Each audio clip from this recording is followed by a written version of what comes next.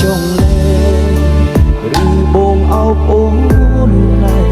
តែបងខ្លាចពិតមែនពិតមិនចង់បាត់បង់អូគឺតែភ្នែកអ្នកនេះ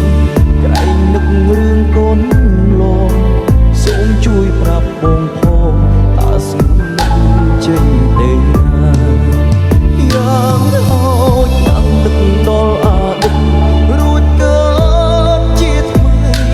មុននឹងអូនឈានជើងជិះទៅកុំធ្វើតាមអារម្មណ៍ជីវ៉ាបេះដូងមិនតន់មានរមុំយើងអាចសង្សារកុំឲ្យអ្នកណាបំបែកអូនចេញពីបងទោះយ៉ាងណាបេះដូងមួយនេះនៅតែស្មឹងស្មោទុំចិត្តចង់បើមានកំហុសសន្យាលែងឲ្យខំច្រើន